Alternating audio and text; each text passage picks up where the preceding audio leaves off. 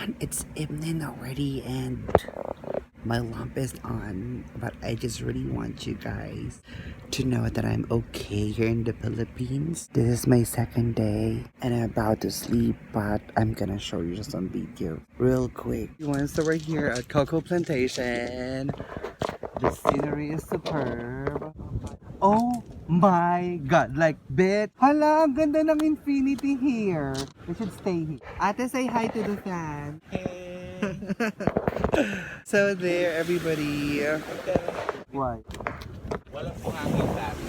Ha? Walang hangin. Oh? Yung mga bato, inano siguro dito lang. Puro bato yan. Inangat para makakita ng sun, no? Oo, kaya nagganyan tuloy. Walang ano yan. Mas masarap pag puro bato lang. Kasi Alam mong bato lang talaga pa. oo, hindi nagaganyan. Ate, inakyat nila. So this is the infinity. So that's it for tonight. Bukas sa ibang lugar naman kami.